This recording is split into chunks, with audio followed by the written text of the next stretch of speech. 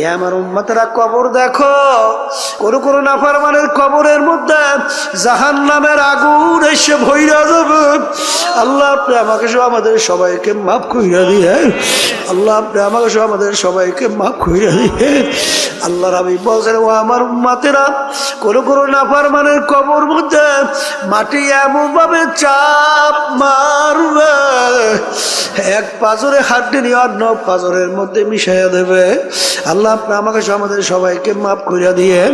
আল্লাহ রসুল বলছেন, ও আমার উম্মতেরা, তিসআতুন ওয়া তিসঈনা তিননিনান লাউ নুফিখা ফিল আরদি মা আনবাতাত খাদিরা। কোন কোন নাফরমানের কবরের মধ্যে একটা না দুইটা না 99টা বিষাক্ত সাপ জমা হইয়া যাবে। কিয়ামত পর্যন্ত ওই নাফরমানকে পেঁচাইয়া পেঁচাইয়া ঠোকরাইতে থাকবে। আল্লাহ আপনি আমাকে সহ আমাদের সবাইকে মাফ করিয়া দিয়েন। ওই সাপ কেমন বিষধর হবে, যদি জমিনের দিকে মুখ কইরা ফুঁক দিত, এই জমিনের ভিতরে গাছপালা মাথা জাগাতে পারতো না। বাজার অনেকে বলতে পারেন, হুজুর এই সাপে এত বিষ কিভাবে হয়? বর্তমান আধুনিক যুগে বোঝাতে বড় সহজ রে বাজান, কারণ বর্তমানে অ্যাটম বোম তৈরি করছে, আনুপানবিক বোমা তৈরি করছে, যেটাকে পারমাণবিক বোমা বলা হয়। এতটুকু ছোট একটা বস্তু যদি কোনো এলাকায় ছাইরা দেয়, ওর ক্রিয়ায় সমস্ত এলাকার গাছপালা মানুষ সব মইরা সাপ পেয়ে যায়। এতটুকু ম্যাটেরিয়ালসের মধ্যে, এতটুকু পদার্থের ভিতরে যদি আমার মাওলা এত ক্ষমতা রাখতে পারে, আমার মাওলা সেই সাপের ভিতরে এত কেন বিষ দিতে পারবে না? এই জন্য আমার ভাইদেরকে বলবো, পর্দারে মা বোনদেরকে বলবো, আমার আব্বাজান রহমাতুল্লাহ আলাইহি বলতেন, বাজান এরপরেও যদি মন না বুঝেন, বাজান রে দৈরানো কবরে যদি কিছু নাও হয়, তুমিও বাইচা গেলাম, আমিও বাইচা গেলাম, কিন্তু বাজান যদি কবরে হইয়া বসে, তাহলে তোমার বা উপায় কি, আমার বা উপায় কি? আল্লাহ, দুনিয়ার যে কোনো কাজে 5 বার যদি ঠগ বাজার, ওই কাজের ভিতরে আবার চেষ্টা করলে জিতবার আশা করা যায়। কিন্তু এই কবরের যাত্রীরা যদি একবার কেউ খোদার কাছ তা কবরে যাইয়া ঠইগা বস, আর দ্বিতীয়বার দুনিয়াতে আইসা আপিল করিয়া জিতবার কিন্তু আর আশা নাই। ও মুসাফির বাল্যগাঠুরি বহুদূর ঠিকানা, আজ ভিজানা কাল ভিজানা কবর আখের ঠিকানা। বাজার আসলে তোমার আমার চিন্তাও নেই, এর জন্য চেষ্টাও নাই। ওদিকে সাহাবায়ে কেরামদের ইতিহাস পড়লে দেখবেন বাজান, আমার আব্বাজানের মুখে শুনছিলাম আমার দাদাজানের কথা। আমার দাদাজান ইন্তেকালের আগে আগে চোখের উপরে বৈশাখ পাশেই কবরস্থান, তাকাইয়া তাকাইয়া 2 চোখ দিয়া বাইয়া বাইয়া টপ টপ কইরা দাঁড়িয়ে ভিজা ভিজা পানি ভরে, আর করুণ সুরে ডাক দিয়া দিয়া বলে, ওরে আমার বাউলারে, ওরে আমার মাশউক রে, তুমি যদি আমাকে মাফ নাই করো, আমি একা কেমনে থাকবো ওই অন্ধকার কবরে? বাতি নাই রে, সাথী নাই রে কবর। হে আল্লাহর বান্দারা, কবরের যাত্রীরা, আল্লাহ আপনি আমাকে আমাদের সবাইকে মাফ করে দিয়ে।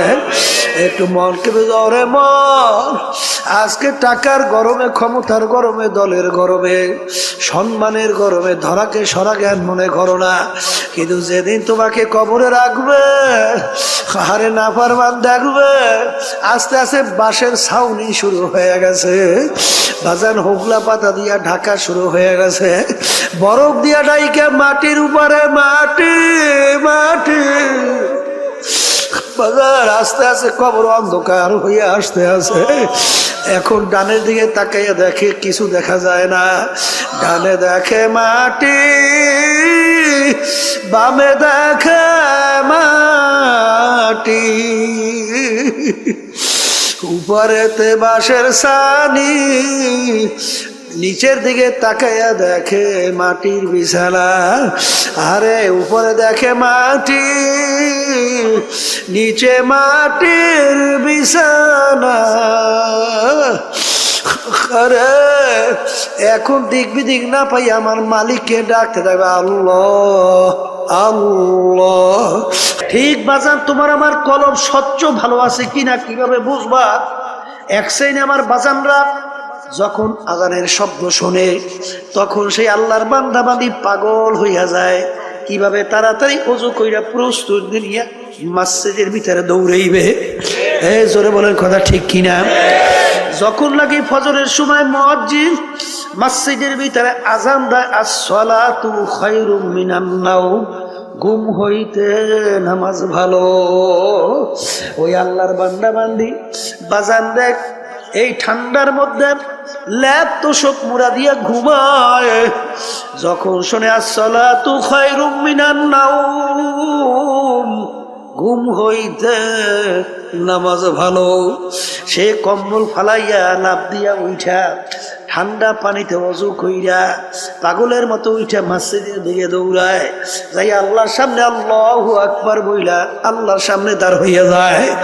যখন কথা ঠিক না বে ঠিক, যে আল্লাহর বান্দা বান্দি বাজান কলব ভালো, আমার মাওলার যখন নাম শোনে তার কাছে এমন মধুর লাগে। বাজান ইব্রাহিম নবী সালাতু ওয়াস সালাম একদিন খানা খাইতেছে, ফেরেশতারা বলতেছে রব্বুল আলামিন ইব্রাহিম আলাইহিস সালাতু ওয়াস সালাম নবুয়াতি পাইয়া বাদশাহী পাইয়া এত কিছু ক্ষমতাবান হইয়া তোমাকে মনে হয় ভুলে গেছে, তোমার মোহাব্বত কইমে গেছে, একটু পরীক্ষা করতে চাই। আল্লাহ রাব্বুল আলামিন বলে যাও একটু পরীক্ষা কইরা দেখো। বাজান ফেরেশতারা মুসাফিরের সূরাতে, আল্লাহু আকবার, কি সূরাতে? মুসাফিরের সূরাতে বাড়ির দরজায় আইসা করুণ সুরে ডাক দেয়, আল্লাহু কারীম। ইব্রাহিম আলাইহিস সালাতু ওয়াস সালাম খানা খায়, যখন তিনি শুনলেন আল্লাহু কারীম, বাজান পাগলের মতো হয়ে গেছে। আমার মাশুক মাওলার নাম কে উল্লেখ করলো, কে আমার মাশুক মাওলার নাম নিল। ভাত খানা পাশে রাখিয়া পাগলের মতো দৌড় মারলো, দৌড় দিয়া বাড়ির দরজায় দেখে মুসাফির রাস্তার পথিক, বলে ভাই তুমি আমার মাশুক মাওলার নাম আলোচনা উল্লেখ করছিলা, তুমি আমার মাশুকের নাম নিয়ে তুমি ডাক দিছিলা, তুমি আর একবার একটু আমার মাশুক মাওলার নাম শোনাও। পথিক বলতেছে হুজুর আমি একবার বলছি, আর একবার যদি আপনার মাশুক মালিকের নাম শুনাই আপনার বিনিময়ে আপনি আমাকে কি দেবেন? বলে আমার হাজার হাজার দুম্বা সব তোমাকে আমি দান করিয়া দিলাম, একবার একটু শোনাও। আবার মুসাফির করুণ সুরে ডাক দিয়ে বলে আল্লাহু কারীম। বাজান মাশুক মাওলার নাম যতবার শোনে ততই তার কাছে মধুর মতো লাগতে আছে। বাজান আপনি যাকে মোহাব্বত করেন তার কথা যতবার বার তোমার সামনে আলোচনা করা হয় তোমার কাছে ততই ভালো লাগে। ঠিক আল্লাহ তো দাবি করছে না, ওয়াল্লাযীনা আমানু আশাদ্দু হুব্বান লিল্লাহ, যারা মুমিন সব জিনিসের চেয়ে আমি মালিককে বেশি মোহাব্বত করে। বলে হুজুর মুসাফির আর একবার আমার মাশুক মাওলার নামে একটু শোনাও। হুজুর বিনিময় কি দেবেন? বলে আমার হাজার হাজার উট সব তোমাকে আমি দান কইরা দিলাম। আবার ডাক দিয়ে বলে আল্লাহু কারীম। যত বলে ততই তার কাছে আরো মজা মজা লাগে। কারণ মোহাব্বতি লোকের নাম অন্যের মুখে শুনতে আরো ভালো লাগে। বাজার এরকম বলতে বলতে তার সব মাল সম্পদ দেওয়া হয়ে গেল। আবার একটু শোনাও, এর বিনিময় কি দেবেন? আমার তো আর কিছু নাই, আমি তোমার সঙ্গে ওয়াদা করতেছি, আমি ইব্রাহিম যতদিন বাইচা থাকবো ততদিন আমি তোমার গোলামি করতে থাকবো। তবু তুমি একটু আমার মাসুক মাওলার নাম শোনা। তখন ফেরেশতা বলতেছে, হুজুর আমি কোন রাস্তার ফকির মুসাফির না, আমি মাওলার ফেরেশতা ছিলাম আপনার কাছে পরীক্ষার জন্য। শোনেন শোনেন, আপনার মাসুক মাওলার নাম যত মনে চায় শোনেন। বাজান তখন আল্লাহর নাম মন মতো শুনাইল। বাজান বাজান যার কলব স্বচ্ছ তার মালিকের নাম শুনতে মজা লাগে। জোরে বলে কথা ঠিক না বেঠি?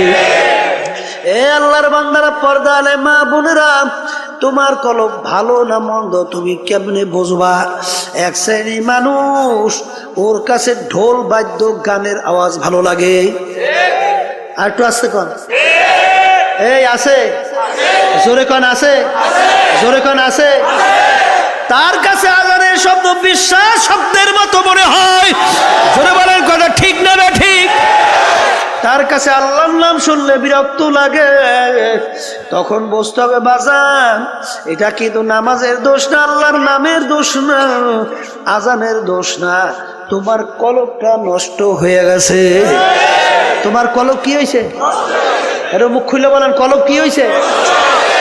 এখন এই কলব নষ্ট অবস্থায় তুমি যদি দুনিয়া থেকে বিদায় নিয়ে কবরে যাও, আমার মাওলার বেহেশতে যাওয়া যাবে? হ্যাঁ, বেহেশতে যাওয়া যাবে? আবার জোরে কাজ যাবে?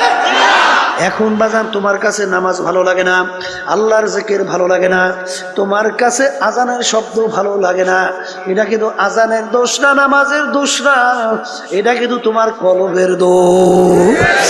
এখন এই কলবের ভিতরে রোগ আইসা গেছে। এখন কলবের চিকিৎসা করা লাগবে কি লাগবে না? সবাই কন নাই?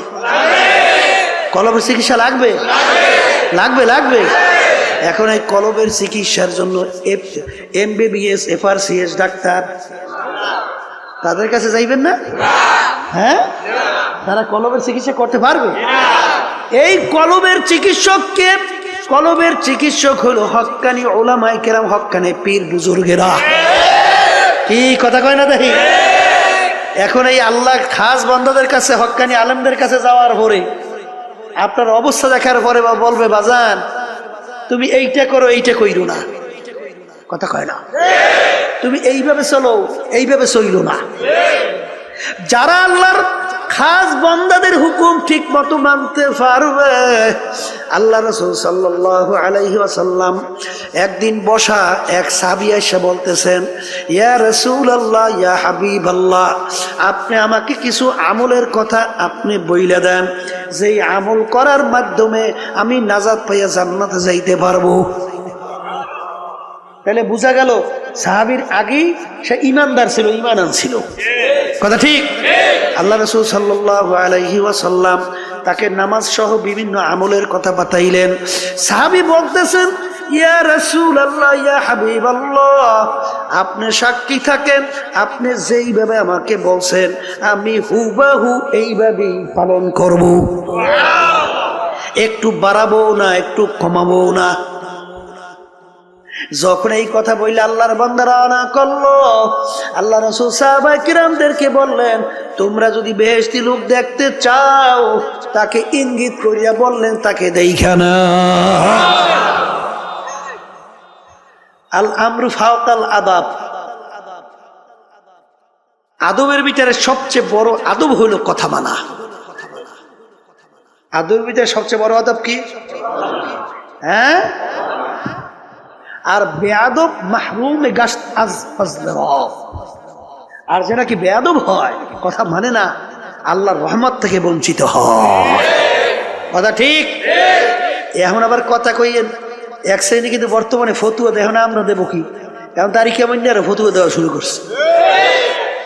নামাজ নাই, রোজা নাই, খারাই ঘেরাইয়ে মতে, তারাও এখন ফতুয়া দেয়। কি আমি ভুল বলছি? হ্যাঁ, ঠিক মতো আলিফ উচ্চারণ করতে পারে না, ঠিক মতো সূরা ফাতিহাটা সহিভাবে তেলাওয়াত করতে পারে না, এরাও এখন ফতুয়া দেওয়া শুরু করছে। আছে না নাই?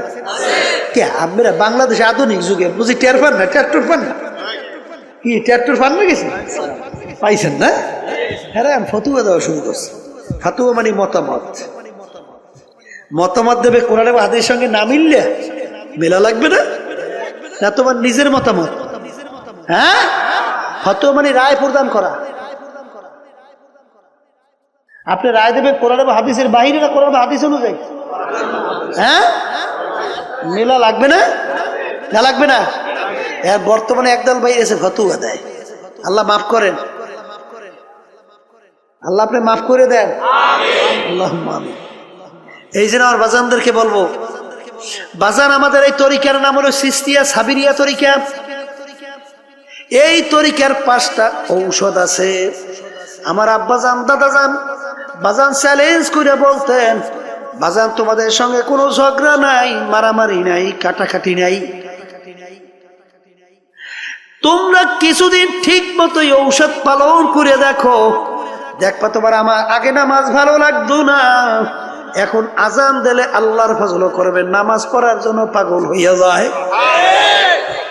আগে রোজা ভালো লাগতো না, এখন জীবন গেলেও রোজা ছাড়তে পারে না। আগে মিথ্যা কথায় অভ্যস্ত, এখন আল্লাহর ফজলে জীবন গেলেও মিথ্যা কথা বের হয় না। আগে বিভিন্ন জুলুমের ভিতরে লিপ্ত ছিল, এখন আল্লাহর ফজল করমে জুলুমের কাছেও যায় না। আপনাদের এলাকায় 2-1 নাই? এই 1 2 হাজার হাজার, কথা বলেন না?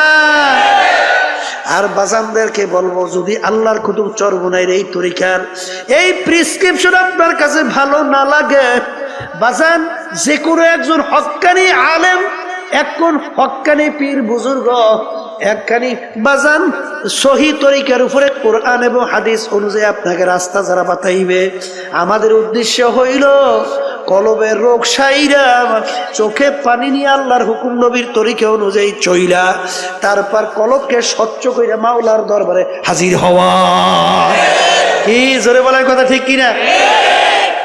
কলবের রোগের ভিতরে উল্লেখযোগ্য একটা রোগের নাম হলো হিংসা। হিংসা কাকে বলে? পরে উন্নতি দেখে সহ্য করতে না পারা, পরে উন্নতি দেখে সহ্য করতে না পারা, এইটার নাম কি? হিংসা। আর একটা রোগের নাম হলো তাকাব্বুরি।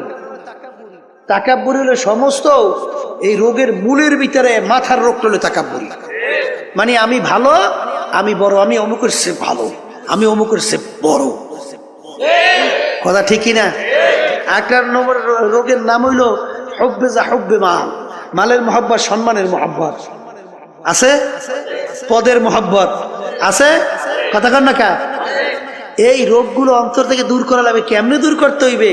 এই যখন নাকি হক্কানি তরিকে আল্লাহর কুতুবদের কাছে যাবেন, তখন দেখবেন আল্লাহর ফজল করমে আপনাকে ঔষধ কোরআন এবং হাদিস অনুযায়ী বাতাইয়ে দেবে। আপনি পালন করলেই আল্লাহর ফজলে দেখবেন দিনের দিন আপনার দিল আল্লাহর ফজলে স্বচ্ছ হইতে থাকবে। এর হাজার হাজার প্রমাণ বাংলাদেশ তাম দুনিয়ার ভিতরে আছে না নাই? আছে, আছে। আমার ভাইদেরকে বলবো, পর্দালে মা বোনদেরকে বলবো, এক শ্রেণী আমার বাজানরা আছে কোরআন এবং হাদিসের সঙ্গে মেলে বা না মেলে, তারপরেও সেই পথ সেই মত ছাড়তে পারে না। যেরকম আছে না? শুনছিলাম এক বেদাতি, মানে নামাজ নাই, রোজা নাই, পর্দা নাই, সুন্নাত নাই, কোরআন এবং হাদিসের সঙ্গে তার কার্যক্রম কোনো মিল নাই, কিন্তু তারপরেও সেখানে দৌড়াদৌড়ি করে বলে, বাজান আপনাদের পীর নামাজ, বাবা যে নামাজ পড়ে না, পর্দা যে নাই, সুন্নাত যে নাই, আপনি তারপর পিছনে দৌড়ান কা? বলে থুন ফালাইয়া, বাবার কথা যদি জাহান্নামে যাওয়া লাগে যাব। জোরে চিৎকার মেরে বলে নাউজুবিল্লাহ। এই ব্যাপারটা কেমন বুঝলেন? ব্যাপারটা তো সহজ মনে করিয়েন না। জাহান্নামে যাওয়া লাগলে যাইবে, ব্যাপারটা তাহলে বোঝা গেল যে তার স্বাভাবিক সেন্স নাই, তার স্বাভাবিক ব্রেনটা নাই, তাকে জাদুর মাধ্যমে ব্রেনকে বিভিন্ন কায়দায় উল্টেই ফুলটেই ফেলাইছে। আর হাদিসের ভিতরে আসছে, আল্লাহ রাসূল সাল্লাল্লাহু আলাইহি ওয়াসাল্লাম বলছেন, আস-সিহরু হাক্কুন, জাদু সত্য। যখন তুমি দেখবা, এই মিয়া আপনার চোখের ডাক্তার, চোখের রোগ হইছে, আপনি কি চোখের ডাক্তারের কাছে যাইবেন না পেটের বিশেষজ্ঞের কাছে যাইবেন? আপনার পেটেরও কইছে, পেট বিশেষজ্ঞের কাছে যাইবেন না চোখ বিশেষজ্ঞের কাছে যাইবেন? হ্যাঁ, আচ্ছা আপনি বেহেশতে যাইবেন, জাহান্নামের পথ কোনটা, বেহেশতের রাস্তা কোনটা, এটা কোরআন এবং হাদিসের বাহিরে কোনো বেহেশত এবং জাহান্নামের রাস্তা আছে? আচ্ছা এই সম্পর্কে ডাক্তার কারা, হক্কানি ওলামায়ে কেরাম না বিভিন্ন কায়দায় ইংরেজি ফরণ্যারা? কথা কয় না? হ্যাঁ, যারা নাকি বিভিন্ন ইংরেজি ফরিয়ে টুরিয়ে বিভিন্ন মাঝে মধ্যে একটু ভতুয়া দেয়, বিভিন্ন কায়দা কায়দায় আপনাকে জান্নাতে নিয়ে যাই চায়, তাইলে রুগীও মরবে হেডাও মরবে। কি কথা কন না কা, বুঝা পাবারাই তুই অত সহজ না বাজার, ব্যাপার কিন্তু বড় কঠিন, অত সহজ। আপনি যাইতে হবে কোরআন এবং হাদিস বুঝুন না, বিশেষজ্ঞর কাছে যাইতে হবে। তারপরে আপনি যদি না যান, তারপরে যদি সেই বাবাদের কাছে যান, সেই মুরব্বীদের কাছে যাইয়া কোরআন এবং হাদিসের সঙ্গে সাহাবায়ে কেরামদের সঙ্গে মিলুক বা না মিলুক, তারপরে আপনি দৌড়দৌড়ি করতেছেন, তাহলে বুঝতে হবে আপনার জেহেন ঠিক নাই, তাহলে জাদুর মাধ্যমে আপনার জেহেনকে পরিবর্তন ঘটেই বলাইছে। আল্লাহ রাসূল সাল্লাল্লাহু আলাইহি ওয়াসাল্লামকে জাদু করে নাই? কথা কয় না কা? আল্লাহর নবীকেও জাদু করছে, অত সহজ মনে করিয়েন না। আস-সিহরু হাক্কুন, জাদু সত্য। জোরে বলেন কথা ঠিক না বে ঠিক? এই জন্য আমার ভাইদেরকে বলবো, পর্দা আলে মা বোনদেরকে বলবো, বাজান কোনো দলাদলি বুঝি না। আমার আব্বাজান রাহমাতুল্লাহ আলাইহি বলতেন, হে দুনিয়ার মানুষ শোনো, আমি ফজলুল করিম দুনিয়ার থেকে বিদায় নিয়া কবরে যাওয়ার পরে ফুলের মালা একটার পর একটা গাইথা তোমরা যদি আমার কবরকে ভইরা রাখো, আর আমার মাওলা যদি আমাকে কবরে মাপ না করে, ওই ফুলের মালা আমার কিছু আসে যায় না। আর তোমরা যদি জুতার মালা একটার পর একটা গাইথা আমার কবর যদি তোমরা আমাকে ভইরা রাখো, আর আমার মাওলা যদি আমাকে কবরে মাপ কইরা দেয়, ওই জুতার মালা আমার কিছু আসে যায় না। এই জন্য আমার বাজানদেরকে বলবো, পর্দা আলে মা বোনদেরকে বলবো, আমার আব্বাজান বলতেন আমি দল দিয়া কি করব, আমি টাকা দিয়া কি করব, আমি সম্পদ দিয়া কি করব, আমি বিভিন্ন অমুক টমুক সমুক দিয়া কি করব, আমি পীরগিরি দিয়া কি করব। কারণ কবরের প্রশ্নের উত্তর আমার দেয়া লাগবে, আমার কবরের প্রশ্নের উত্তর আমার দেওয়া লাগবে।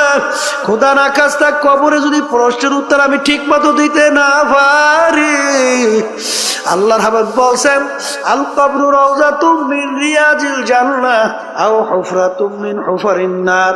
এ আমার উম্মতরা, কবর দেখো, এই কবর কিন্তু আসল কবর না, কোন আল্লাহর বান্দাবান্দির কবর একটা বেহেশতের বাগান হইয়া যাবে। আল্লাহ আপনি আমার জন্য আমাদের সবার জন্য কবুল করে নিয়েন। আল্লাহর হাবিব বলছেন, ও আমার উম্মতেরা, কোন নাফরমানের কবরের মধ্যে জাহান্নামের আগুন এসে ভইরা যাবে। আল্লাহ আপনি আমাকে সহ আমাদের সবাইকে মাফ কইরা দিয়ে, আল্লাহ আপনি আমাকে সহ আমাদের সবাইকে মাফ কইরা দিয়ে। আল্লাহর হাবিব বলছেন, ও আমার উম্মতেরা, কোন নাফরমানের কবর মধ্যে মাটি এমন ভাবে চাপ মারবে, এক পাজরে হাড্ডি নিয়ে অন্য পাজরের মধ্যে মিশাইয়া দেবে। আল্লাহ আপনি আমাকে সহ আমাদের সবাইকে মাফ কইরা দিয়ে। আল্লাহ রাসূল বলেন, ও আমার উম্মতেরা, 99 তিননিনান লাউ নুফিকা ফিল আরদি মা আনবাতাত খাদরা। কোন নাফরমানের কবরের মধ্যে একটা না দুইটা না 99টা বিষাক্ত সাপ জমা হইয়া যাবে। কিয়ামত পর্যন্ত ওই নাফরমানকে পেঁচাইয়া পেঁচাইয়া ঠুকরাইতে থাকবে। আল্লাহ আপনি আমাকে সহ আমাদের সবাইকে মাফ কইরা দিয়েন। ওই সাপ কেমন বিষধর হবে, যদি জমিনের দিকে মুখ কইরা ফুঁক দিত, এই জমিনের ভিতরে গাছপালা মাথা জাগাতে পারতো না। বাজার অনেকে বলতে পারেন, হুজুর এই সাপে এত বিষ কিভাবে হয়? বর্তমান আধুনিক যুগে বোঝাতে বড় সহজ রে বাজান, কারণ বর্তমানে অ্যাটম বোম তৈরি করছে, আনুপানবিক বোমা তৈরি করছে, যেটাকে পারমাণবিক বোমা বলা হয়। এতটুকু ছোট একটা বস্তু যদি কোনো এলাকায় ছাইরা দেয়, ওর ক্রিয়ায় সমস্ত এলাকার গাছপালা মানুষ সব মইরা ছাপিয়া যায়।